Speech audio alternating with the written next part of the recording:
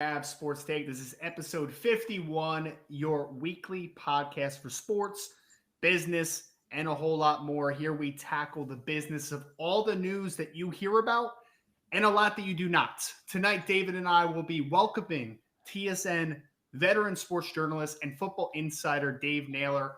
Also, we will have our second edition of the Kirkland's Corner. That's Corner with a C. Our friend James Kirkland for NFL is a former NFL scout and director of player personnel with the Fighting Illini of the University of Illinois. And we are, of course, looking forward to, again, Kirkland Corner with a C. We are live here on YouTube, Twitter, Facebook, and we are very, I think, very welcoming. We love the ability to speak to the listeners out there. So if there are any questions for either one of our guests or for us in general during the show, we applaud you. We urge you to put it into the chat live all night. Please do so. And shout out to One Institution. I always forget to thank those folks. They've been so gracious with their platform, giving us the ability for now 51 weeks to be here to talk sports, 8:30 Eastern time on Tuesday nights. David, I am contractually obligated to start the show out with this. How are you, my friend? You are not, but that is hilarious. I'm doing good tonight. Just kind of getting ready for this. I'm really excited that Dave Naylor, our friend from above the border, there is going to be able to come on and talk to us about CFL football. It had to take a year off with the pandemic, and then it's starting later than usual. So there's so much dynamics that they're having to deal with, and again, they don't make as much money, obviously, as the NFL or even big time college football. So to have him on tonight to talk about some of these dynamics they're having to face in battle, they're going to be just incredible. And he's an incredible talent up there and a great friend to me for coming on. And then obviously, as we always love, James Kirkland coming on, doing the Kirkland Corner. We don't even know what he's going to bring up. We tell him just bring it to the corner. Like we're just sitting there going to talk about it, and he's going to bring it in and we're going to talk about it. So it'll be really exciting to see what he has to talk about. There's so much going on in the world today. So yeah, I'm ready to get it on. Yeah, man. Yeah, I'm a little worried about Kirkland's Corner every time that it pops up because you never know what James is going to kind of bring up with us. But we are excited to bring this show to you tonight. Before we get into this, are you an athlete looking to make money off of your name, image, or likeness? Whether you're a male or female athlete, there is a lot of opportunity out there for you to monetize your NIL while going to school. While others are approaching you, they have ulterior motives to gain you as a client later in life. We've talked to some agents that admitted to this. Maverick Sports Consulting is offering you a friend in the business to assist you in finding opportunities, guide you to protective deals that are focused to benefit you. It does matter if you're a male or female athlete, a golfer, a tennis player, a football player, a basketball player. You could be earning money for your name, image, and likeness right now. Email Maverick Sports Consulting today, and we will start working together tomorrow. So before we welcome Dave on, David, I figure we'll start with a little secret sauce of scouting before Dave gets on and kind of breaks down the CFL. So I'm going to pick a position here that's maybe some people like. I know it's getting close to fantasy football time of year, man. So maybe we'll talk some running backs, David. Running backs sound good to you? Let's talk some. Yeah, I mean, running backs are always good with me.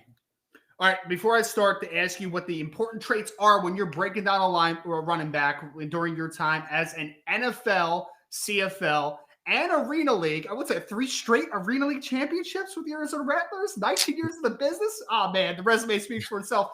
David Turner, who is the best running back, though, just kind of off of recollection, maybe a couple off the top of your head, that stand out to you as some of the best that you have scouted during your career? I got to lead off with one of the best ever is Ricky Williams. I mean, you talk about power, speed, agility, hands, pass blocking. I mean, I wouldn't say he was a crusher at pass blocking, but he would step up, he would deliver a hit. He protected his quarterback, and he could catch out of the backfield, and he was such a big individual that ran downhill. It was impressive to really watch him work and do his thing. And I was, again, when I broke into the Miami Dolphins, he was there. That we had traded for him, and he brought him over, and the team brought him over. So it was impressive to start with my my career with him. And then I went up to the Giants where we had a smaller running back in Tiki Barber. So I got to watch Tiki run. So I got two different, very distinctly different runners early in my career to evaluate and watch and see how they approach the game. And, some of the best I've evaluated are really easily, Adrian I was gonna Peterson. say, yeah, I know AP was definitely gonna be one. I was thinking, weren't you were still with Carolina, right? The first year that they drafted McCaffrey, right? Do I remember that correctly? Yes. I mean, he's the best all-purpose back right now, currently in the NFL. As far as the dual option. Oh, what's happening? I don't know what's happening. Timeout. David Turner. Oh, David Turner. So yeah, I would say Christian McCaffrey right now for David being around the Carolina Panthers and having the ability to be around a guy who is a multi-purpose threat. I always think of him in this similar vein as a guy for me and Marshall Faulk, who of course San Diego State was wrongfully so passed up for the Heisman Trophy the year that he came out. I think Gino Toretta won that Heisman. Of course, he was the national championship quarterback for the Miami Hurricanes, so there's going to be some fanfare there. We're playing the quarterback position. But Marshall Faulk was multi-versatile, drafted by the Indianapolis Colts the year, I think, second overall. If I remember, Big Daddy Dan Wilkinson was the first selection by the Cincinnati Bengals that year, the defensive tackle. So Marshall Faulk, for me, was a guy that when you're talking about the ability to affect the game in both the run and pass game, one of the only couple running backs, including Christian McCaffrey and Roger Craig, who were guys that both had 1,000 yards and 1,000 yards rushing and 1,000 yards receiving in the same season. So McCaffrey is amongst the when we're talking about historically speaking, David, like Roger Craig, Marshall Faulk, Christian McCaffrey, the only three running backs ever to have 1,000, both rushing and receiving. So a couple of great ones. You got anybody else you want to throw up there before I let Dave on with us? Well, yeah, for me, when I'm thinking running back, I mean, guys like Edwin James, I mean, again, size and speed, the power of Peterson, the Eric Dickersons, and guys like that just were again, they're big guys, but they ran the ball with elegance and grace. And I was fortunate to be old enough to watch Walter Payton play, on TV as a youngster and stuff. So, I got to see some, and Barry Sanders is just absolutely one that always sticks in my mind when we talk about running backs because of his ability to run the ball, catch the ball, and just make people miss. He was just such a mismatch on the field for anybody. Yeah. And I think we have Dave Naylor waiting for us behind the scene. Oh, no, he just left. So he's going to be on in just a second here. A couple of great ones there, David. I would throw, I don't know if you mentioned him, LaDainian Tomlinson is one in recent history as far as him coming out of TCU was a fantastic. Yeah, I don't really talk about LT because I still have PTSD because I was with the Raiders when he was at the Chargers. So I'm sorry, LT, but you scarred me for life. I got to just let that go. I can't talk about that. That's funny, man. So we're going to welcome Dave Naylor on right now. He is a veteran sports journalist with TSN's.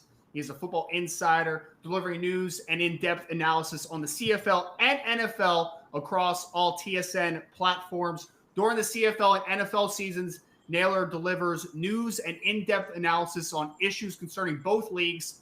Naylor has also received critical acclaim for his special feature reporting for TSN. Dave, appreciate you joining us tonight, man. How are you? I'm very well, and thanks for having me, guys. I appreciate it. Very excited to talk football. Look at you. Football's back, baby. North of the border, south of the border. I mean, football's everywhere right now. You got to be just, humming and moving along. Well, I got to tell you, since March of 2020, I have only been to TSN twice to do television. Once was the NFL draft because I was moving that weekend, so my home studio was taken apart. I had to go into TSN for that. And today we had two guests who were remote I was on the Top 50 Players show, and those were Milt Stegall and Matt Dunnigan in Atlanta and Dallas. And so they wanted me in studio with the host. So I got to drive to work today for the second time in a year and a half. It was great. Yeah, it was a longer commute from there to the couch, It's just... You got it. I put it on a suit for it, so there you go. Oh, look at you all snazzed up here on the Mav Take. We just go T-shirts, baby. Just tease Man, you. when I went to look for my dress shoes, I had no idea if I even had any. Dude, you're awesome. I'm so happy we got you on tonight. It's been too long, my friend, to talk to you, but now I get to have you on and talk some ball. I'm so excited. So Ryan's going to lead off with some questions. We're going to jump right in. Yeah, Dave, I think you had a perfect, segue into my first question. We're talking about the energy and just the excitement to have football back north of the border. So I want to ask, just coming off a year with no games, what is the atmosphere up there right now for the kickoff this weekend, for the games finally getting the CFL back? I think there's a lot of excitement, and obviously one of the things with this in this country is the enthusiasm for Canadian football varies depending on where you are. Like it's gaga out on the prairies where they've really missed it. In this part of the world, Southern Ontario, I live about. It's funny. I live about equidistant between BMO Field in Toronto and Tim Hortons Field in Hamilton. I'm about halfway between the two in the west end of Toronto. So in Hamilton, of course, there's all kinds of excitement because coming off the 15-3 season, they basically got the same team back, the same coaching staff back. They're hosting the Grey Cup this year for the first time in 25 years. And of course, they're going to get a Grey Cup rematch coming up on Thursday night. In Toronto, there's so much that goes on in this city. The CFL can fly below the radar sometimes, and particularly with a year off and a whole bunch of new faces. I mean, the Argonauts are a completely new team, and so I think there's a bit of a kind of getting to know this team, see what they have. I mean, the Argos have been terrible for the last couple of years since they won the Grey Cup in 2017. They've had back-to-back 4-win seasons, which is not much to build your fan base off of, but overall, I think across the league, there's a real enthusiasm about this league being back, and especially since there were a lot of people who worried they wouldn't play again this year. And I think if it had not been for the advent of the vaccine, we wouldn't be playing football this year. But we are, and I think the league's going to have a clean year. I was actually one of the people who supported their decision not to play last year. I just thought, this league is not a league that's huge in terms of resources that they can spend to fix problems like to deal with things like COVID. I thought, let the NFL go first, let college football go first, go to school on them, find out what worked for them, find out what didn't work for them, what were their biggest challenges, what were their biggest obstacles, and then play your season. And I really think that the best course of action has happened, not playing last year and then coming back this year strong. And Dave, I wanted to ask you about something it's not your perspective now. I love the perspective of the fans and yours, just kind of getting football back. I actually I think Charleston Hughes is going to pop on with us 1 week soon here, of course, the great CFL pass rusher. And I'm curious, just kind of have you gotten the pulse around the players who, are coming off a year where, like this is what they do, probably since they were little kids. What's the atmosphere around the players who are playing this great game? I always say, football players love football more than any athletes love their sport. And I have a couple theories of why. One is you practice 5 times for every time you play. You got to love it to do that. And the pain threshold, what you put your body through to play professional football is not like any other sport. So that's the starting point. So take that away from guys for a year. I mean, it's hard. It really has been hard on them because it is so much of, the regimented off season, on season, the way the football schedule is laid out. That's really the kind of the structure of their lives. So yeah, there's a complete enthusiasm and not a lot of complaining.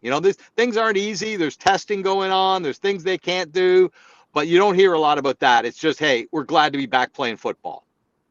No, absolutely. I can imagine. I was one of the guys who was doubtful they were going to play this year, and I'm on record for saying that. I was like, I don't know how it's going to work with the vaccine and the numbers and the levels of things are going, because it is a butts and seat type, environment. You make money with people coming to the stadiums. You don't have these huge TV contracts like you were alluding to, the NFL and big time college football and stuff. So it was one that I was kind of thinking, I don't know what's going to happen. How are they going to? What's the league policy, or I guess, how are they going to handle the crowds and fans coming? Is it going to be limited at first? Is it going to be wide open? How are they going about this? Well, it's very similar in the U.S., whereas you've seen it's state by state. I mean, one thing that COVID has kind of illustrated to us is how different, the various governments are in the 50 states and the way they handle this. Well, it's been, it's similar, maybe not as extreme in Canada, but as I'm about to explain to you, when it comes to the CFL, there's some pretty good extremes here. I mean, in Saskatchewan, it's whatever you want to do. Like no masks, there's some restrictions in the stadium, but essentially their stadium is sold out for this weekend. It's like going to be like any other game for the most part. Some restrictions in stadium, but it's really pretty wide open. Same thing in Alberta. In Edmonton and Calgary, it's going to be the same thing. In Winnipeg for the opener on Thursday night, you have to have proof of having had the 2 vaccines, being fully vaccinated in order to get into the stadium. So that's going to take some time. And they've been telling people, get there early, because you got to show, you can show your certificate, but then you got to show your ID to make sure the name on your certificate matches that. So they're warning people, get there early. And then, again, this was what came down from the provincial government. And then in Ontario, right now, if you look at what the Blue Jays are getting, they're 15,000 they're allowed in. I think we're going to be about the same when the Argonauts play the first game in Southern Ontario on August 21st, and then it'll ramp up from there. And in Quebec, the same thing by the end of the month. We're going to be partially full stadium. So, the vaccination rates in this country have been very strong. The cases have come down massively over the last 3 or 4 months. So I think people are expecting that by the time we get to the fall, we're going to have very few restrictions and kind of head towards the playoffs and the Grey Cup on a very traditional map. Hopefully, everyone's keeping their eye on this Delta variant and seeing what happens with that. But really, overall, to start, it's not going to be that different in terms of crowds and fans. Yeah, here in the States, we've had a bounce back. Like Vegas is back to mask. A lot of California's back to mask. Even here in Arizona, where I live, it's a red state, but there are certain cities in the state that are recommending, the masks and stuff again. And so it's really interesting how to hear another country is handling it similarly. It's not countrywide. It's still province by province is tackling the issue their own way. Yeah, it is. And it's funny how it feels like in this whole thing, you go from being in a good situation to a bad situation. I mean, early in the pandemic, we looked at the U.S. and said, wow, I'm glad we're not them. And then, the vaccine rollout happened so much earlier in the U.S. and their numbers started diving. And April and May, we were having some of the worst numbers we've had through the whole thing. And then the vaccine rollout really kicked in kind of May, June, and July, and our numbers have gone, like in Ontario, where I live, which is the most populous province. We have 14 million people in this province, and we've gone from 4,000 or 5,000 cases a day, that range, to like now we're getting like 100 or 200 a day. It's really changed dramatically. I read today that I think the province of Ontario, over 18, 81% of people have at least one shot. So it's the concentration here has been pretty strong. And I don't know if you guys saw what the CFL came out today with their guidance today, or their with regard to teams and vaccines. Did you guys see that? No, I missed it. Please fill us in. What did they say? This is pretty interesting. So if a game is canceled because of an outbreak on a team, any team that has more than 85% of its players vaccinated, everybody will get paid. Any team that has fewer than 85% of its players vaccinated, nobody gets paid, even regardless of where the outbreak is. So it's possible that if the outbreak could happen on a team where everybody gets paid, and the other team, they didn't have an outbreak, there was no COVID there, but they're not getting paid if they're below 85. Wow. So think of that. Now, it's unlikely you would think if you're above 85, you're going to have an outbreak that would cause a cancellation of a game. But it's theoretically possible that you could have one team have an outbreak. They get a loss because they have to forfeit the game, but all their guys get paid. The other team didn't have an outbreak. They get a win because they're on the right side of the forfeit, but their guys don't get paid. So it's a pretty strong. No, can you imagine? Like the team that forfeits gets paid, and the team that didn't forfeit doesn't get paid, but they get a win. So, and if both teams have an outbreak going into a game, both teams will get a loss in their column. So, massive incentive to get to 85. And I believe the league, they put out the numbers. I believe it's off the top of my head, guys, it's 3 or 4 teams that are already at that threshold. So they've got some room to go. For some of the teams, and we'll see, because like similarly to the NFL, they can't tell everybody get vaccinated, but they can come in as close as they possibly can try, and that's basically where they are right here. Well, Dave, yeah, we saw that with the Vikings, right, Ron? Yeah. No, and I was going to say, Dave, that was actually going to be my question was, I mean, here with the training camps opening up, right? Like, I feel like every player is getting asked, have you been vaccinated? Have you not been vaccinated? Do you feel like the players up there have been questioned by the media as much or at a higher rate to try to get those numbers that you're talking about? Not so much, because this training camp has basically been no media access except on Zoom calls. Like Right. you can't go up to a guy one-on-one. You're not never mind in the locker room, even on the field. Everything's been on Zoom. So I think the nature of that has kept most of the conversations about football, not as much about those other things. But it certainly has come up. And, like one of the things, I was talking to teams the other day, and over the course of the season, the CFL signs quite a number of street free agents, right? Guys that get let go in the NFL, or guys that were not prepared to come 2 months ago, but now they're ready to come, or whatever.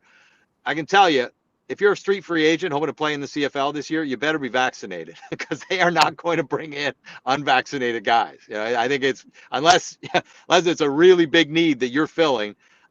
Just in terms of getting across the border, there's a quarantine that would be required that would delay you getting to the team. Then obviously, if a team is bringing in unvaccinated players, they're going to move their number down, right, towards what and bring risk into the locker room. So I don't think teams can say this officially, but in my conversations with them, I think it's going to be very hard for an unvaccinated free agent to get signed in the CFL this season.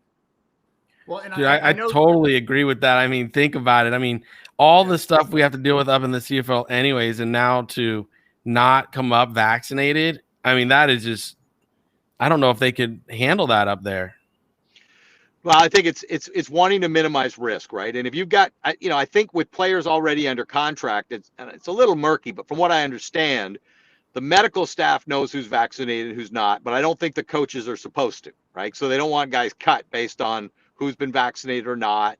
But when it comes to guys that are not part of the union and not part of the league, I think teams are going to have the wherewithal to make choices as they see fit. Hey guys, I'm going to put my phone down here, so you're not going to see me, but you're going to hear me, because I don't want to run out of battery here, and I'm going to be charging. So if you can tolerate just my voice and not my face, you guys probably welcome this, actually, and certainly your viewers would. So I'm just going to do this for a bit till I get a little charge. You're on TV all the time. Get out of here. There we go. Okay, we're charging again. There we go. Well, Dave, I was going to ask, because DT did mention it already. The Minnesota Vikings, we already see, are dealing with some difficulties early on in training camp.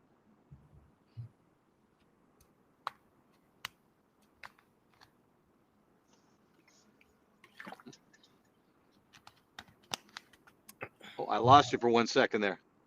Did you lose Ryan? Oh, I can hear Dave, but I can hear Dave. Yeah, Ryan's probably on mute again. Okay, but, all right. Well, what his question was about the Minnesota Vikings, because we're already seeing big time issues with them go on in the quarterback room. So how do you feel the CFL will happen if a rush on quarterbacks or running backs, or because again, up there you only carry a very limited roster. So you might have 2 quarterbacks on your active roster and your third on your practice squad. But if all 3 go down and there's a quarantine, how are teams doing this? Are they going to be setting a quarterback outside the quarterback room or in a hotel? Or are we going to see a quarantine situation like that with maybe if you only have 2 running backs, they're not in the room together? I mean, are teams strategizing for stuff like this? Well, it's funny because there are a couple of the league rolled out the circumstances under which a game would be canceled or postponed. And 2 of them are that you don't have at least 36 players to dress. And with the expanded practice rosters, that seems that would be unlikely. You'd have to have a massive outbreak not to be able to put 36 players on the field. Another one is that you don't have a player to play quarterback. And at least as the rule is written, it doesn't say what that means. Like, I guess in theory, if you had a guy who played quarterback in college and could at least attempt the job at a professional level, you can still play, I guess. It doesn't say just the quarterbacks on your roster are not. It just says you don't have a player available to play quarterback. And I'm not 100% clear on the definition of that. But one team already, David, your former team in Edmonton, has already announced that one of their quarterbacks is going to be in quarantine. Like, they're going to have him living completely isolated so that if something happens, they always have a guy that they can play with. And at practice, he's going to show up and throw on his own, not near the other players and things like that. So this is, I think, inherent in the nature of football, right? Is that, and I remember, even before the NFL season last year saying, well, it's unlikely, if a team had 3 players with COVID, that it would be, the quarterback, a linebacker, and a kicker.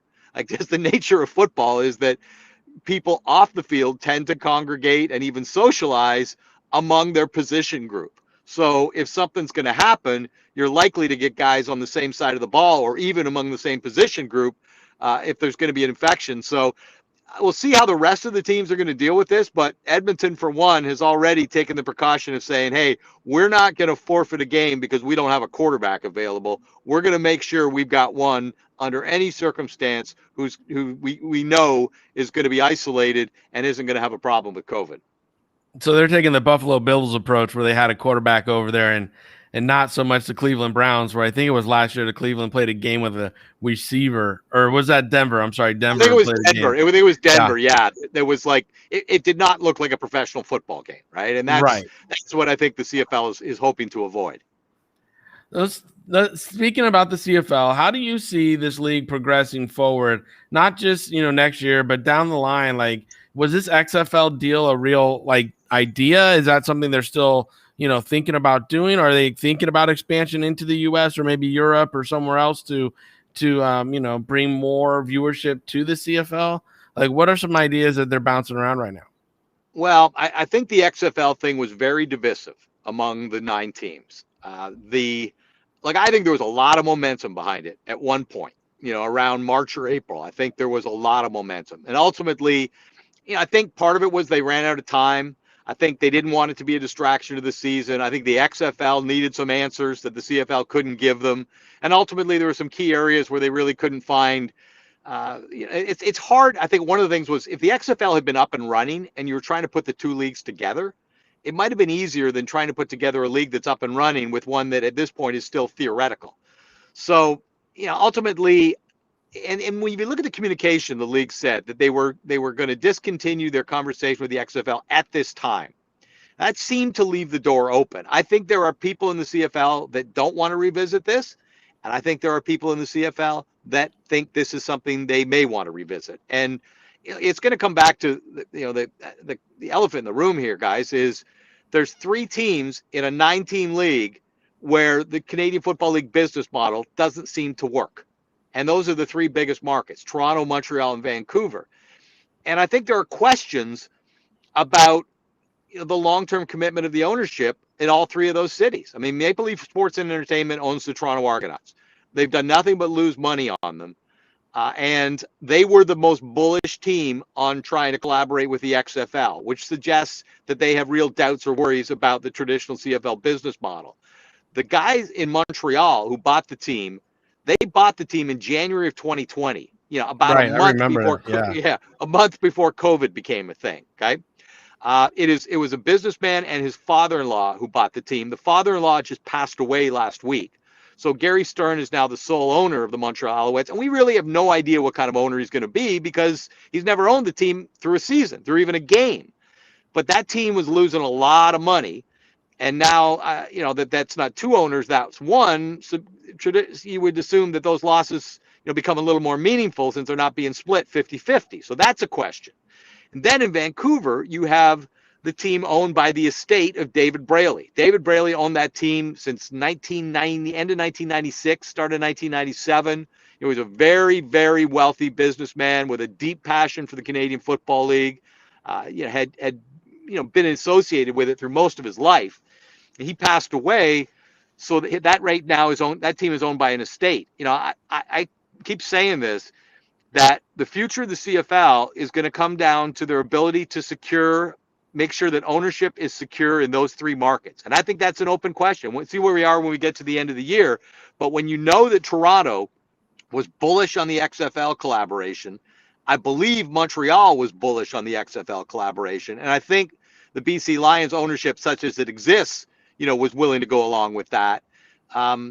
Those teams might have some leverage after the season, because I don't know that there are other owners standing waiting to take any of those teams, if beyond the current ownership. BC, again, a little bit different situation because we know the team, there's an effort to sell it ongoing. But in Toronto and Montreal, I think those are questions. Does the XFL thing come back into the picture? I think it could. I think there are people that are very much would like to see that happen.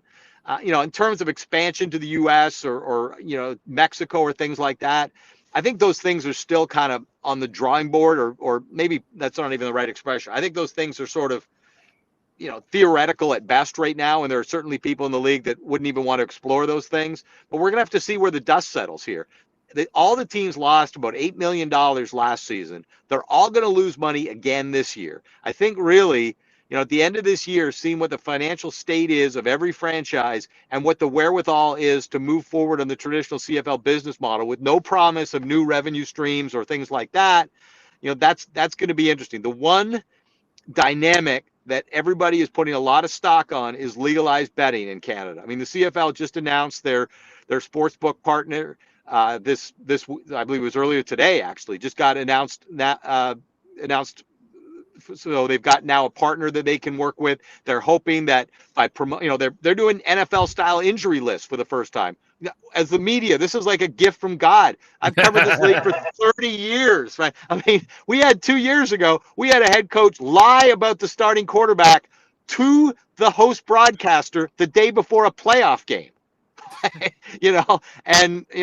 Fortunately, I broke the story at 10:30 on Saturday night about who the starting quarterback was going to be. I think I moved the point spread about 5 points with one tweet, but that kind of stuff can't happen, right? If you're really trying to make your sport legitimate, you got to do what the NFL does. Here's who practiced. Here's who was held out. Here's who partially practiced. Here's what their injury is, and here's their probability for game day. All of those things are being instituted, and that's a massive cultural shift for the CFL. Why are they doing that? Certainly not because the coaches and GMs want to do it. It's because the league office is telling them, guys, if we're going to make money through sports betting partnerships, and we're going to get more eyeballs on our games, and we're going to engage younger fans and grow our fan base through sports betting, we got to give the fans the information they need to participate in that. And that's a major shift that we're seeing this season, but it's something that I think a lot of people in the league are putting a lot of stock on, that if every team could make $2 million a year, between the league and at the team level, if it all translates into $2 million a year per team, you're talking about a league that has a $5.5 million salary cap.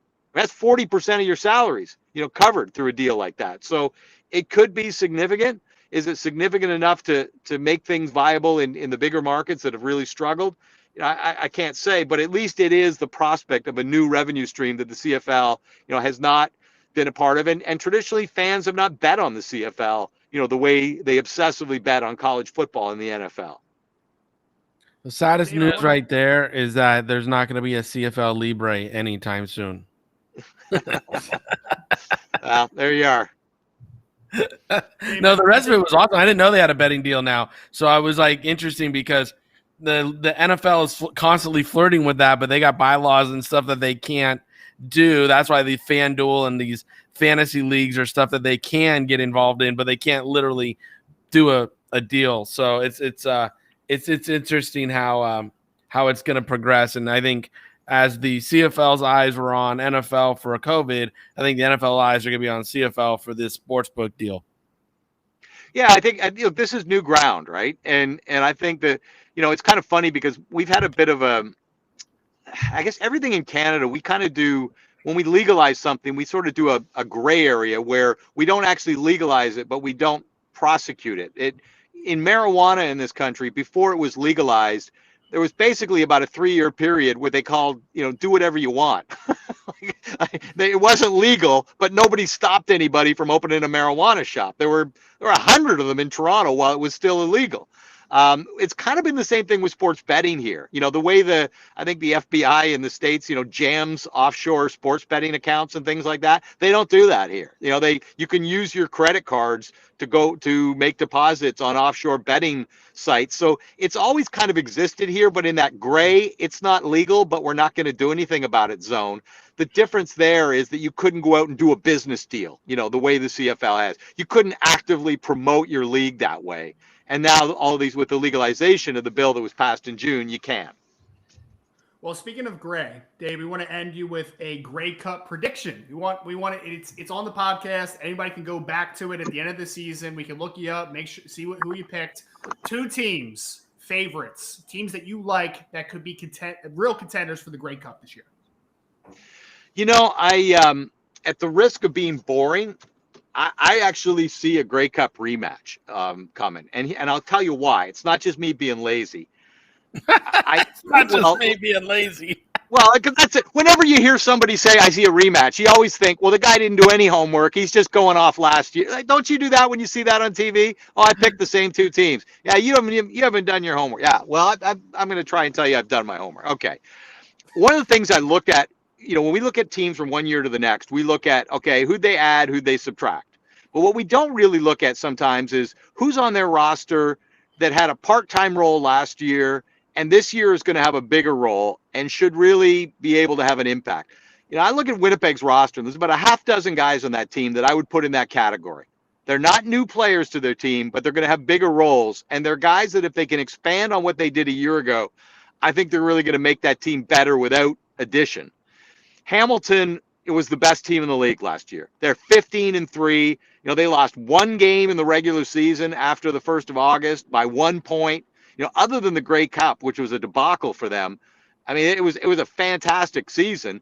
And they've got a two-headed monster at quarterback. I mean, they have Dane Evans, who took over halfway through last year and led them all the way to the Grey Cup. And they've got Jeremiah Mazzoli, who, when he got hurt, was playing the best football of his career. And one thing we've learned in this league is often you need two quarterbacks. So when you look at their depth at quarterback, the stability of their roster, and how good that team was a year ago, it's hard to go away from Hamilton in the East. Winnipeg's a little tougher because they're going to have a lot more stiff competition in the West than there is in the East. But I do think that their depth is going to really show this year with some guys that they've had on their roster for a year or two that are really been groomed to take on bigger roles. So I'm going to say, look, everyone's picking Hamilton, so I'm going to go a little counterintuitive. I'm going to say Winnipeg repeats and they beat Hamilton again, and it's going to be worse for Hamilton because this year on December the 12th, the Grey Cup is in Hamilton. And I'm sounding like I'm a Bomber fan or something. I'm not trying to get that excited, but I just think the Bombers are going to beat Hamilton for the Grey Cup. Well, I'm going to go with you with the Ticats. I think out east, the Ticats are the team to beat. And until somebody does it, I just don't believe that there's anybody out there that's going to beat them. But I'm going to go a little different out west. I mean, I respect Winnipeg a lot. You know that. I think they are a great organization, top to bottom. But I'm going to look at the Stampeders out there. I saw their roster. I was looking at it in preparation for this show, and I was like, I really like what Calgary's got going. So I'm going to say it's going to be Calgary and the Ticats. Calgary is never a bad bet. Like if you look, I think it's a dozen seasons of double-digit wins right now. I mean, that's remarkable. In fact, I was writing about the Stamps this year. I said, only by virtue of the fact the CFL is a 9-team league can you not put the Stampeders' run of success, up against, the Golden State Warriors or, the Yankees or other teams. And when you're talking about 30-team leagues, obviously getting to championship games and winning division titles is a little different than when you're talking about a 9-team league. But, other than that, their run of success under John Hufnagel, since John Hufnagel got there a dozen years ago, I mean, people think they had a down year last year, and they still hosted a playoff game. So, I don't think you're wrong going for Calgary, and they backfill on replacing players better than anybody in the league, the last half dozen years or so. So I can't disagree with you with Calgary either. I think that's a totally legit choice in the West. Well, we're going to go back at the end of the season to see which Dave got the right pick there. Again, Dave Naylor, veteran sports journalist and football insider for TSN. Dave, if you want to just leave us real quick, the listeners out there, with where people could find you, all the social media handles, all that good stuff, we would really appreciate it. You can find me on Twitter at TSN Dave Naylor, at TSN Dave Naylor. You can find my columns and writing and some of the video hits I do on tsn.ca. And if you're watching this in Canada, of course, you can find me on SportsCenter and the CFL and TSN broadcasts on TSN. Perfect. Dave Naylor again. Dave, really appreciate you joining us tonight, man. This was fantastic. Welcoming football back up north and in the States here very soon. Appreciate it, my friend. Hey, thanks so much for having me on, guys. Hope we get to do this again sometime. We will. We'll hit you back mid-season and see how the CFL's growing. Terrific. Thanks, guys. Thanks, Dave. Thank you. See ya. All right, so Mr. Dave Naylor there, TSN Insider, bringing us a little insight into the Canadian Football League starting up this weekend here. David, I know you spent some time up there, so I know you are also extremely excited as we were having our interview there.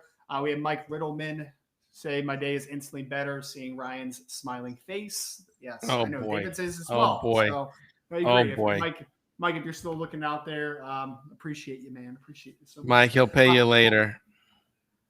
So we're gonna have James Kirkland on in a couple minutes. David, before we had Dave on. Too many Davids in one studio. Before we had Dave Naylor on, DN instead of DT. Before we had Dave on, we were talking a little bit about the secret sauce of scouting, the running back position. We talked about some of the best running backs you have been around and scouted. So let's break it down, my friends. Let's break it down. When we're talking about the modern day running back, what are some important traits that you need to find to be on board? Well, you know what? Everybody talks about 40 speed, but with all these GPS speeds that are on the pads and in the, vests and everything, you really need that acceleration speed. Not all, it's just what you really want to see when a running back puts his foot in the ground and goes, how fast does he accelerate? And when he finishes off a run, is he finishing it still accelerating at top speed, or is he declining in that speed? And with technology these days, we do a better job of being able to gauge that. So we can actually go into the numbers and see players' acceleration speed as well as their, say they're at their 20 mark, at their 30 mark. Is their speed holding? Is it consistent? Or is it decreasing already? So where they can be caught from behind or something. A 40 speed will give you an indication of how fast they are, but the acceleration speed nowadays with the technology is really something I geek out over these days. The other thing is, and I go back to Tom Rathman on this one, I will never go against him on this. And Tom Rathman always used to say, don't give him a running back that couldn't or wasn't willing to step up and pass protect. Like, at least put their face in a linebacker's chest, at least try to keep his quarterback clean. If you don't do that as young scouts, if you're not seeing somebody do that, they're really a liability. More so, you can tell me all day long how many balls they catch and how much they, yards they pick up after catch and how shifty they are out there. But if they don't pass protect, then there's going to be certain plays they're not in on because the blind's going to shift.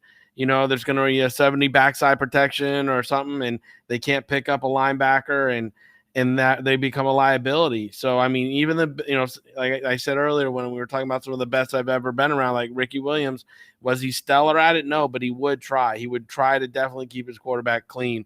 And that's important for the running back position. The better pass protect you are, honestly, the more valuable you become for an NFL team. Let me ask you something, David. This is an interesting question. Now, obviously, there was a time where we're talking about the bell cow running backs, right? This guy's going to touch the ball 350 to 400 times, counting rushes and receiving. And, the backup running backs are, special teamers. They might have, maybe 5 to 7 carries a game. We have seen, obviously, a big push towards a committee approach in a lot of instances, right? Like even Alvin Kamara. No, it's true. Go look at the stats. Go look at the stats. I'm throwing some numbers out at you. Alvin Kamara, who's considered one of the best running backs in the NFL, might carry the ball between 150 to 210-ish times a game, a year. But then Latavius Murray is also going to run the ball 150 times. So even one of the best running backs in the NFL is a part of a committee approach. My question for you now is the modern day, does anything change in your process knowing that some running backs are maybe more niche players than complete all-around players, more of a departmentalized approach? I mean, again, as we talked about on Friday Night Scout School last year, it's all about system and what your coaches are looking for and whatever. I believe with the college and high school players continually being spread offense players, you're seeing smaller and smaller running backs. And that's the reason why you have to have more of a committee, because those little guys honestly just can't take the pounding all the time. And that's not a knock on them. You just built little, and these big linebackers are 250 running around hitting you. It's just not, it's not going to work. It's not going to happen. The backs that we talked about, the Eric Dickersons, Walter Paytons. I mean, they're bigger guys. You know, they really could hit and take the pounding, and they can run between tackles. But from Pop Warner for them all the way through high school, college, they were running pro style offenses. So people were trying to get the bigger backs that, you know, could do that. Nowadays, we just don't see those big backs all the time that can do it and be consistent with it. So you need a little bit more committee. I don't really believe in that. I like a back to get in his rhythm, stay in his rhythm, feed that back, watch that back go off, because it's something special. When you got a running back that gets in his groove and he's running all the time and rolling and rolling and rolling, I mean, it is so much fun to watch. So, you know, when you're doing that kind of game planning, I get excited about it. I always look for an offense coordinator that's a pro style offense guy that wants that bigger back, Tom Coughlin style, that let's run downhill and move people around, you know? Yeah, and I know we're going to have James Kirkland on in a few minutes here as soon as he signs on for Kirkland's Corner. Before we do, are you looking for coaching on how to tackle interviews or how to prepare for the professional environment after your college career is over? Contact Maverick Sports Consulting today to help you be prepared as scouting pulls through your school, as you meet with boosters and sponsors to ensure you can see the opportunities that are in front of you and that you're prepared to take advantage of those opportunities. Use the same training that has been proven to work on with players such as Odell Beckham Jr., Todd Gurley, Dante Fowler Jr., Marcus Peters, and many, many more that David has had the pleasure to work with. If you want to invest in your career that has a proven track record of working contact Maverick Sports Consulting today. So, David, I figure since we're waiting on James to pop in here, I think it might be a good time for story time with Uncle Dave. Oh, really? I think it might be a good time, man. I think it might be a good time. So, story time with Uncle Dave. I know that you talk about the relationships that you have developed in the scouting realm, and I know obviously James is one of them. So let me take you back. A young David Turner, a young scout getting into the field. Take me through one or two people and the relationships that you developed, as far as who are a couple guys that really helped a young scout version of David Turner develop into the great evaluator we all see today. Oh, man. There are so many of them because I really gravitated to the older guys. So, I mean, Larry Ennis from the Giants, John Abermill from the Giants. Obviously, these were old timers that kind of hung around, did some film work, some stuff for Dave Gettleman and the organization after they retired. But even Jeremiah Davis at the Giants, really formed a lot of my opinions and things. Great Angie Koya, Dave and Kent McLuhan, rest in peace, Mickey Marvin. I learned from some great scouts that were veterans, and everybody that came around were just, I was so blessed to be around them. I mean, I couldn't imagine being here at all. And then on the road, C.O. Bricado, the Godfather himself, I befriended, and he would take me under his wing, and we'd go to dinner when we were in the same city, and he would sit with me and talk to me about different positions, and we would draw stuff on napkins and stuff. So, again, I was fortunate. I was always, with my relationship with my grandfather, it was so special that when I got on the road, I just kind of went towards those guys and try to get tucked under their wings and stuff. So, I could sit here all night and tell you name after name, and they were all in their 60s and 70s, and they were great to me. So, Yeah. And David, I was curious, did you see the video? It reminded me of you. I should have tagged you in it or tweeted at you or something. Actually, no, I think my Twitter wasn't working, so I couldn't have tweeted you. You need a Twitter to be able to tweet, right? But yeah, it's back up there, risingdraft.com. So my question was, I'm sorry, I just went off on a huge tangent and my mind went in 20 different ways. There was a video that surfaced of Dave Gettleman in training camp. He was off to the side and he was dancing, and it was the funniest video of all time. Did you see this video? No, I didn't. It's the greatest thing ever. I'm going to inbox it to you in a couple minutes, and you need to give me the inside scoop on Dave Gettleman, man, because he strikes me he strikes me as like a man's man, right? Like he's kind of like a scary dude at some points, right? But then I see him dancing on the sideline, man. Like, give me what is the real deal with Dave Gettleman? Tell the Giants fans out here. Dude, Dave's a big teddy bear. I mean, he's a business, but he's a big teddy bear. I mean, he's I don't know how best. I mean, he's like a grandfather figure. It's what I mean. When I was first working for him, of course, I was intimidated by him. I was a young scout, and he was Dave, and he was the director of pro and everything. But as I gotten to know him, he's really an educator. He's really a man that really wants to teach. He's all about that. He's a guy who takes you under his wing and he wants you to learn. He sees the passion because, for me, he always said, if you could see the game a certain way, then he could teach you to write it and put it up and all that stuff. So, for him, he's a true teacher. His background is teaching.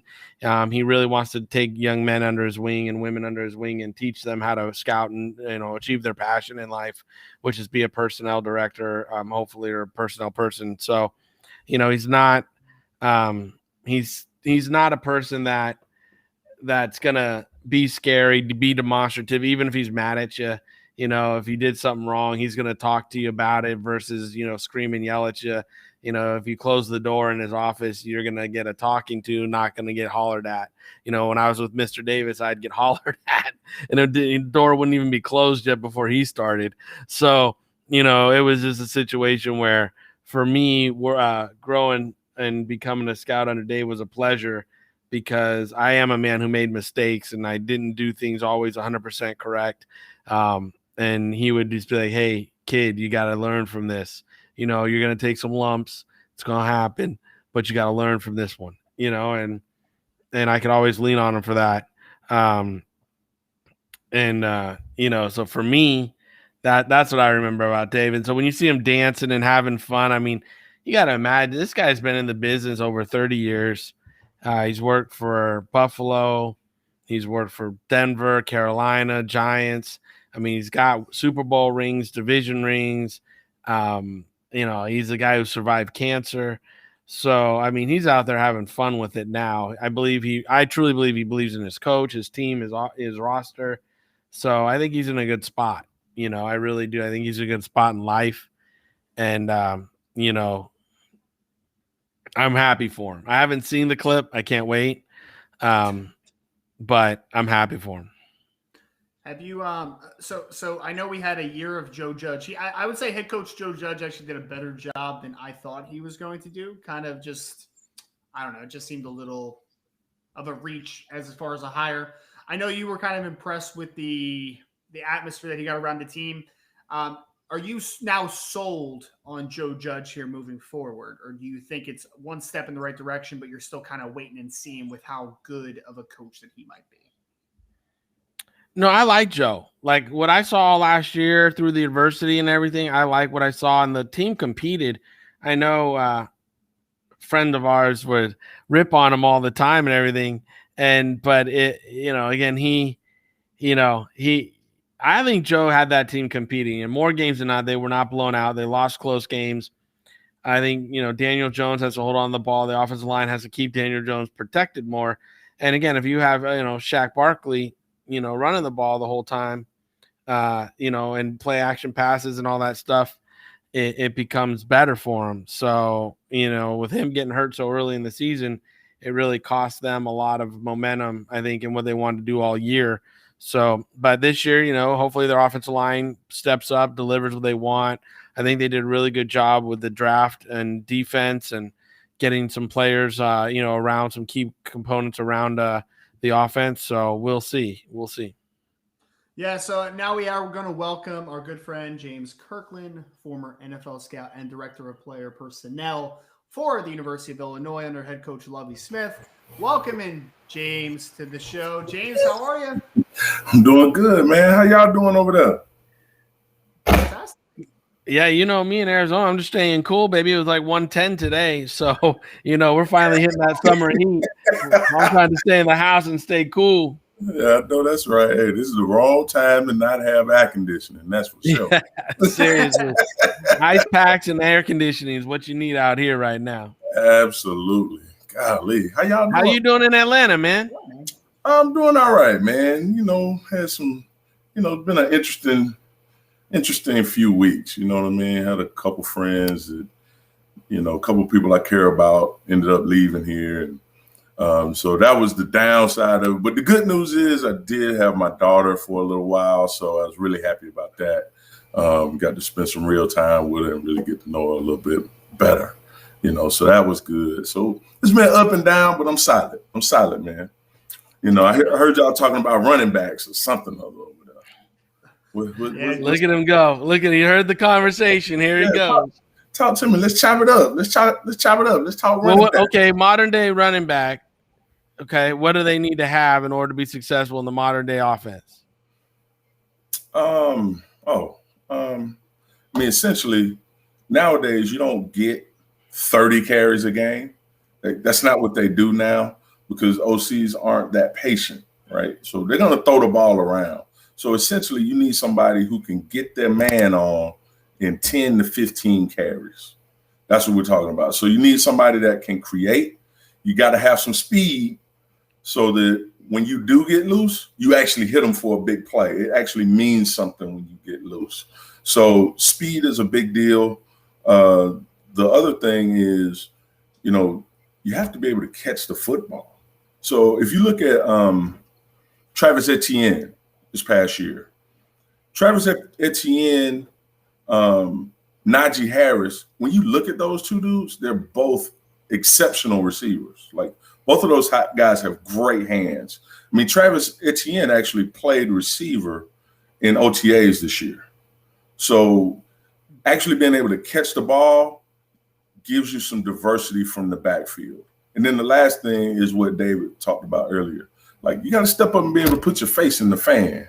If you're not willing to protect, I mean, I'm not going to pay my quarterback $40 million a year for my running back to get him murdered. Just not going to do that. Yeah, exactly. You know what I'm saying? Like the running back's job is to keep my quarterback out of a casket. You know what I mean? Along with the offensive line. So he's got to be able to step up and block. He's got to be able to hit big plays and create opportunities really in both phases. So how many bell cows are there really nowadays? I mean, Derrick Henry probably gets more than the norm. You know what I mean? Le'Veon Bell, when he was getting his man on, he was getting more carries than the norm. But, most of these teams now going to these college spread concepts. So the day of the bell cow probably is over. Well, Jay, that's what we were talking I'm sad about that. Me and you both. That's what we were talking about, James, because I introduced it, and then, David's rattling off, the Adrian Petersons, the LaDainian Tomlinsons, the Barry Sanders, the Walter Paytons, all these great players who are getting, I said like 350, 400 carries a season, right? And now we're in a modern era where like Alvin Kamara was the guy I use as an example, right? Like he might get 150 to 200 carries a season, but he's going to catch 80 passes as well. You know what I mean? So that's how they're manufacturing his touches. And I will pose the same question I posed to him to you. Mm-hmm. Do you think, as a former scout that grew up with those bell cows and scouted those bell cows, do you think that how the game has changed now to the committee approach, to the departmentalized approach, do you feel like that would change the way that you would view scouting a running back now? Would it change my approach? No. I mean, the approach I think is going to be the same because look, I always say this. This is James Kirkland. This is my opinion only. Like the game has changed, but the same old principles apply. Okay, so like during this time that I've been off, I've probably watched. I want to watch all of them, but I've probably watched 25, 30 Super Bowls. So in just watching the Super Bowl and how teams win the Super Bowl, everybody talks about how the quarterback is the most important position. The truth is the most important position is your offensive line. Your offensive line, you've got to be able to block your opponent so that your offense can execute, so that you can possess the ball, so that your defense can get after the passer. Those principles will never change. And look at the last Super Bowl. The Chiefs got strangled to death. Why? They ran the ball, 6 times? I mean, they had no commitment to the run. They couldn't block Tampa on defense. And then offensively, if you look at Tampa blocked Kansas City. They were able to run the ball, and they were able to throw the ball. So you got possession and points from your offense, and defensively, they were able to stop the run, and then they made Kansas City one-dimensional, or Kansas City chose to be one-dimensional. So I agree completely that the game has not changed as far as what wins. People ask me now, like, what wins? It's always going to be time of possession, which you talked about, and field position. Those are the two things. No matter what area you're in, those things are going to determine who wins the football game, in my opinion. Sustained.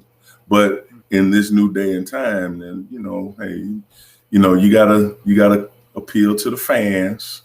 So you gotta have somebody to throw the football around. I'm just saying that. Look, that's where it's at now. That's where it is now. Hey, don't make me suck on lemons. Don't make me suck on lemons. Hey, look, I feel the same way. I feel the exact same way. Appeal to the fans. You know what the fans like? Dubs.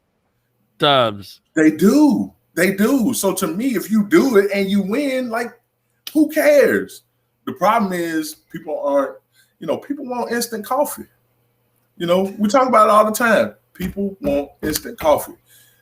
Are they going to wait for you to build a team over 3 to 5 years? Probably not. They don't want to hear it.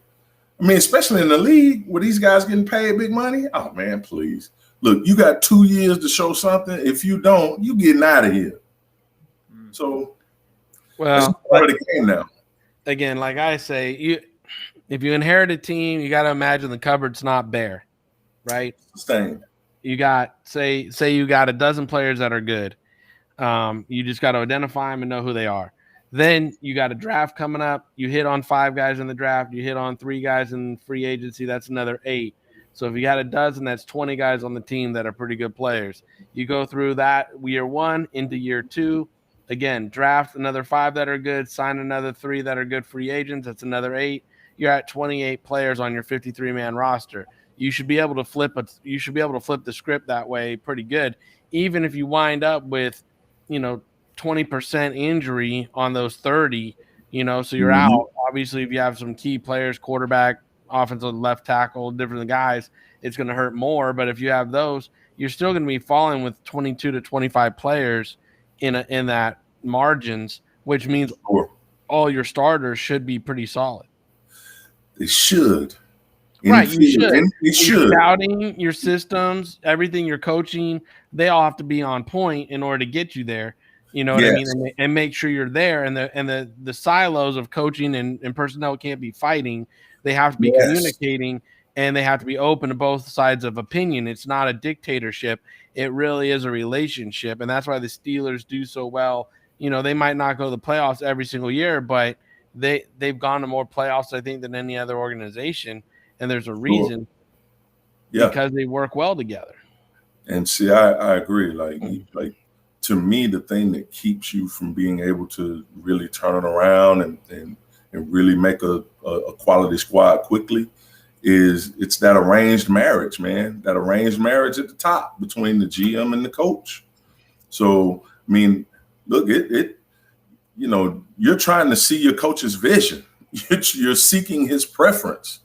Now, how quickly you're able to do that and get players that fit what your coach wants, then, man, you might be able to go ahead and take off. But if it takes a minute and y'all disagree and this, that, and the other, I mean, I know we had some of that in different places I've been where, coaching and personnel were doing this.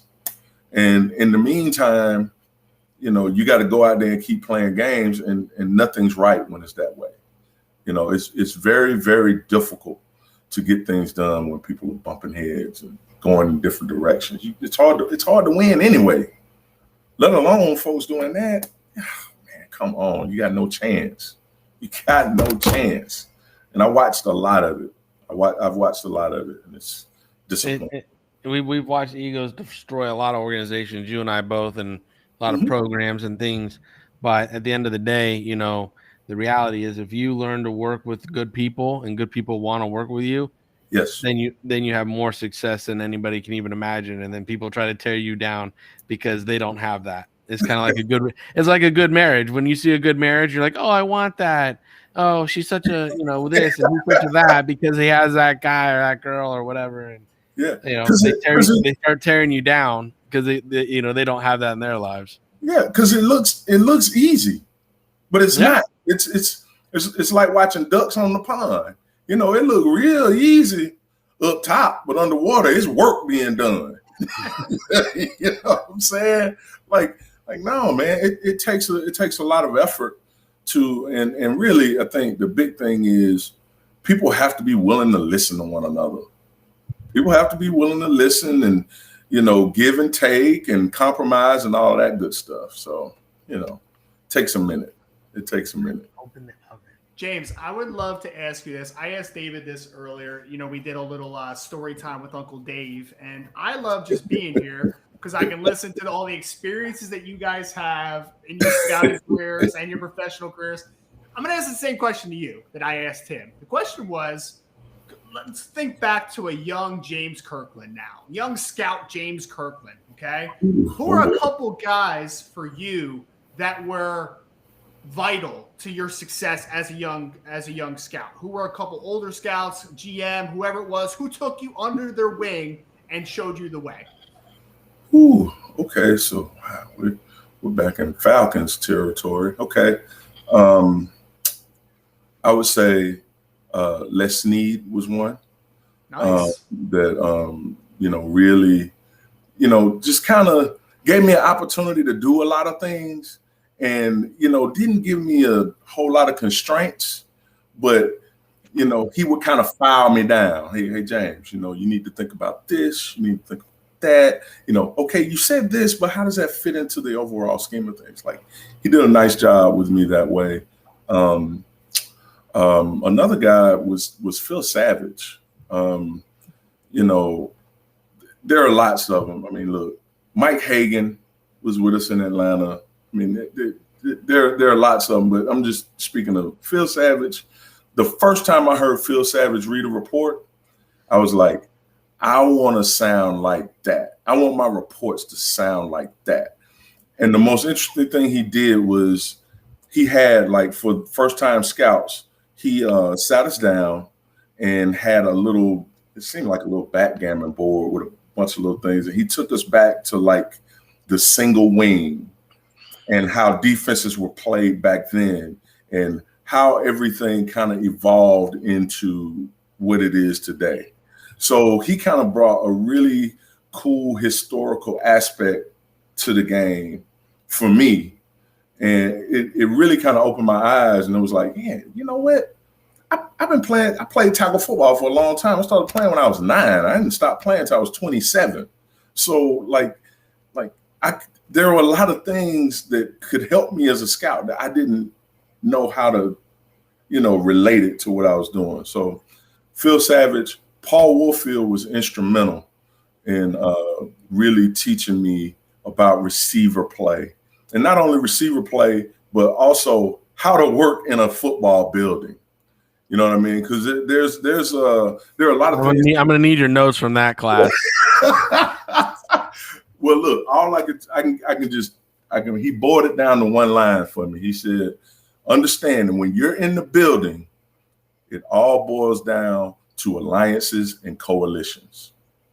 Your job is to know, you know, who's related to who and why, so that you understand how to move. Because you can mess around and, you know, shoot yourself in the foot by not knowing who's who and what's what.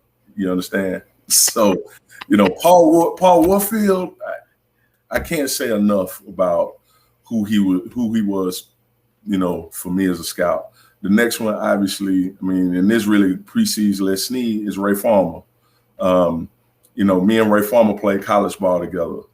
He was the first one that started to kind of uncover that, you know, James got a weird curiosity about football. Because, like, I would be up at, like, 1 or 2 in the morning, like, just watching old VHS tapes of ball. because I was always curious about how guys move, why this guy's better than that guy. And as a player, you start figuring out, all right, they said this dude was fire, but it's that dude right there that's the real dude. So why is he the real dude and he ain't? And why is he, seen like this publicly? So Ray was the first one to be like, well, you know what? Since you're watching tapes, why don't we just go to the football office?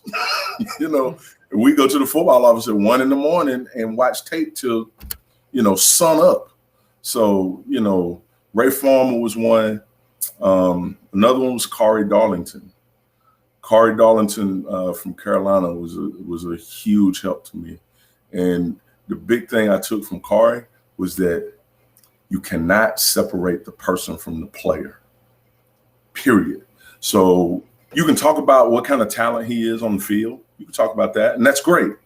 But without understanding who the person is, you really don't have a good grasp of what you're actually putting in your coach's meeting rooms. And so, he helped me to start to really understand the psychology of it, how the background pulls itself into the person's character and who they are and how they project going forward. So, that's just a few, but it's really too many to name, man. Like, honestly, man, I chipped something off everybody. Kevin Turks in Chicago. Just his demeanor. You're talking about a consummate pro. Lake Dawson. Denard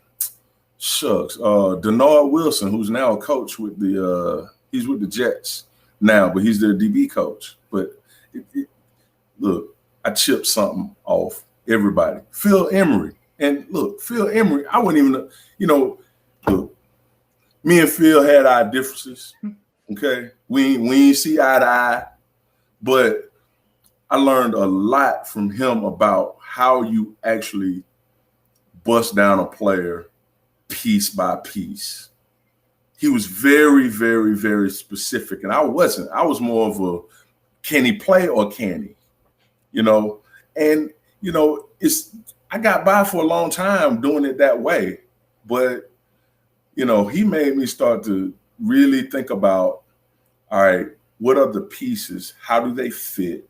And then, like, it takes your bias out of it. Like, that's really what you want to do. You really want to be able to look at a player with a completely open mind and give them a fair evaluation. Sam Somerville. Even Steven. I call him the 2 yellow lines in the middle of the road because he's even on everybody. That's why all his reports come out super fair. Now, he's the guy who found Tariq Cohen for the Bears, right? And he's younger than me. But like I say, I chip from everybody. I'm puffy. I'm P. Diddy around here. Like, I learn everybody I come into contact with, I'm trying to learn something. Everybody, whether they're older, younger, male, female, it don't matter. If they got something that I can learn from them, because when tackle football is so much going on that if you're not learning, it's because you don't want to. Yeah, exactly, 100%. But I'll just mention this: the one name that didn't come out of James's mouth was mine, and there's a reason for that because I was always busy learning from him versus him learning from me. No, that's not true. That's not. I'm just messing with you. I'm messing with you. Because that's not true. Look, what I learned from Dave is it don't matter what not to do. It doesn't matter. It doesn't matter how well you evaluate. It doesn't matter how good a dude you are. Like, you can be out tomorrow, but if you really love it, you will stay in it and you'll see it through. Dave taught me that. And I'm out right now. And look, it's my first time being out. I've been out before, but usually, I got a job before camp. You know what I'm saying? This is my first time really being out. And I've had serious doubts about whether I should even continue down this track just from what I see happening in the business, college side and pro side.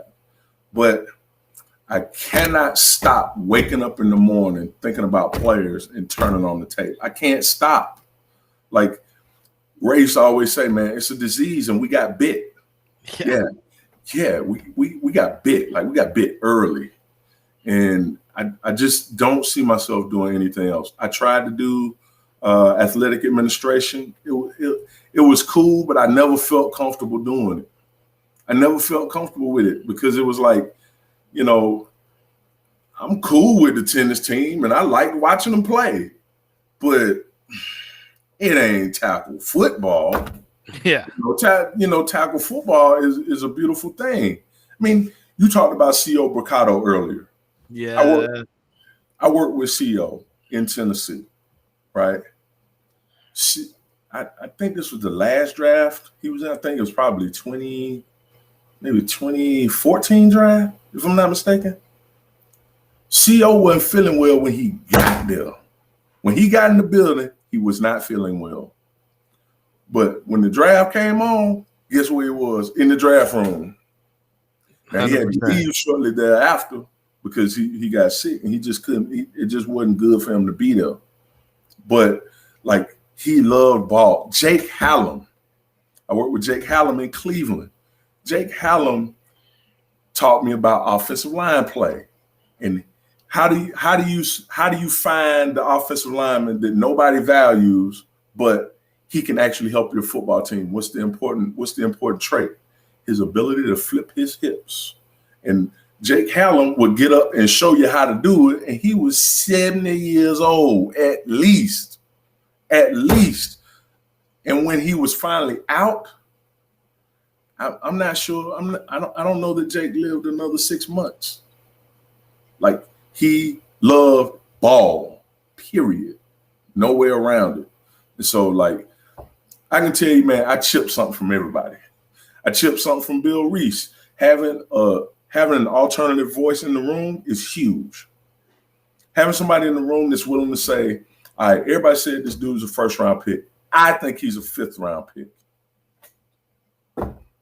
Who's right, who's wrong? That's what happened with Brady Quinn. I thought he was a fifth-round pick. Everybody in the room gave him a first-round grade. Now, I was the villain when I said it, and I eventually ended up washing out of there.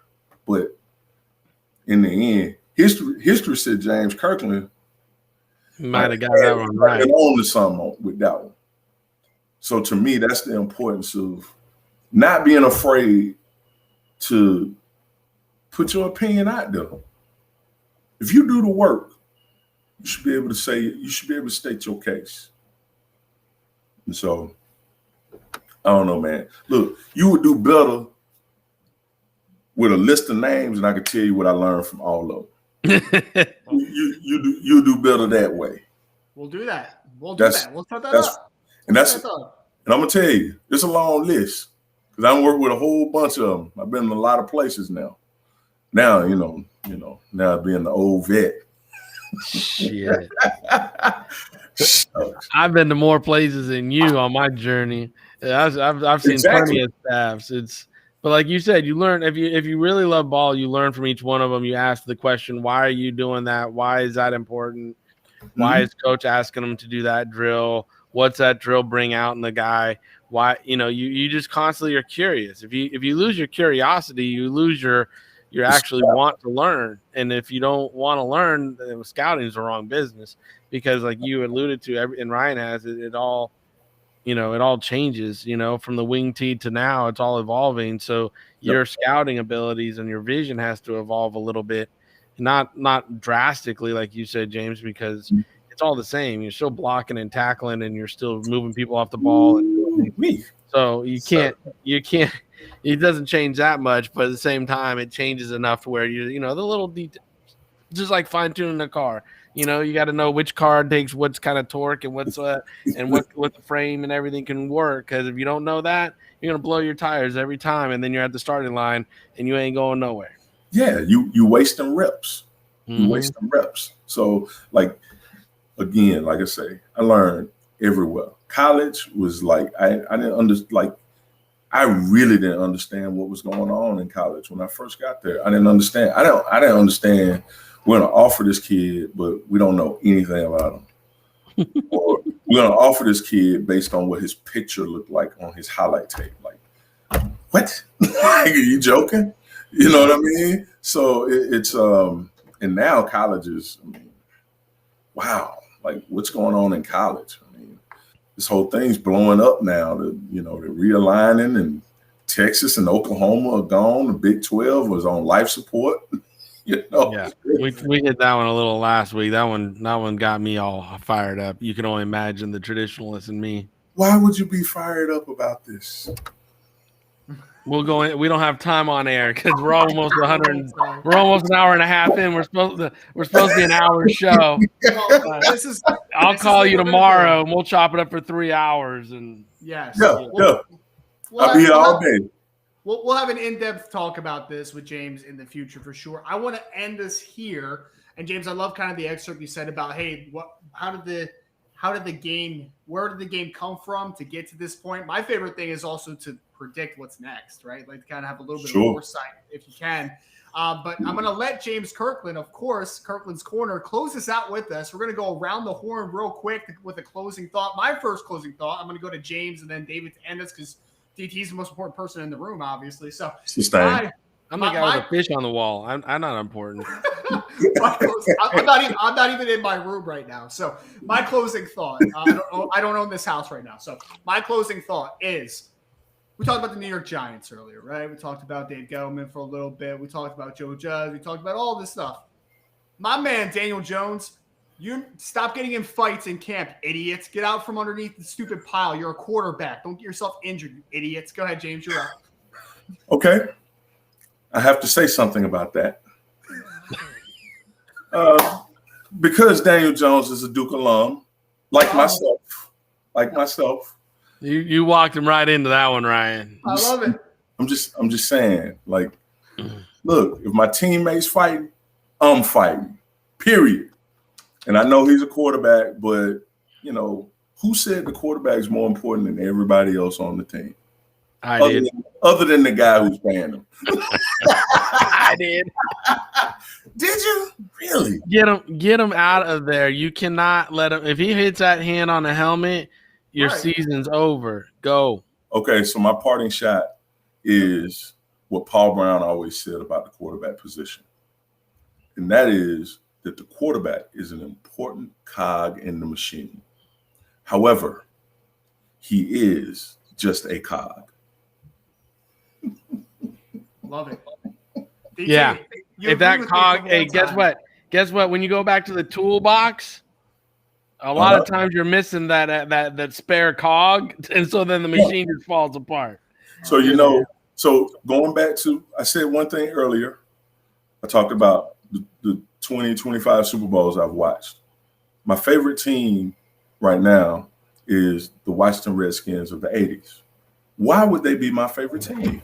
Mark Rippon and three Super Bowls with 3 different quarterbacks. That's why. Yeah, there we go. How can you do that? You play hard-nosed, tough defense, and you block everybody, and you win the kicking game. And you got Riggins. It's easy when you got Riggins running the ball. But they won the last one with they won one with Timmy Smith at running back. The other one they had Gerald Riggs, who was a retread from the Falcons. But O-line, defense, kicking game, you can win a lot of ball games. Hey, man, Timmy Smith was one of the best one-hit wonders in Super Bowl and NFL history. So I like that in there. David, final shot, baby. Well, I got to do this one. So my baby girl turns 8 on Friday. So the parting shot is a happy birthday to the boss, because when she comes in, and you guys know how it is, she runs the house, she runs me up and down, and it's just the way it goes. So my parting shot is a happy birthday to my baby girl. Love you, and I always will, and I can't wait for the 8th birthday to come and go, because I'm already over these goodie bags and stuff. But it has to be done. So Daddy is doing it. Absolutely, it's a beautiful thing. Love it, man. Love it. Great ending to the show here again. Mavs Sports Take episode 51. Thank you, everybody, for tuning in tonight. Give us a like, share, a review on your favorite podcast provider. You can also catch us on YouTube as well. We will be back same time, same place next week.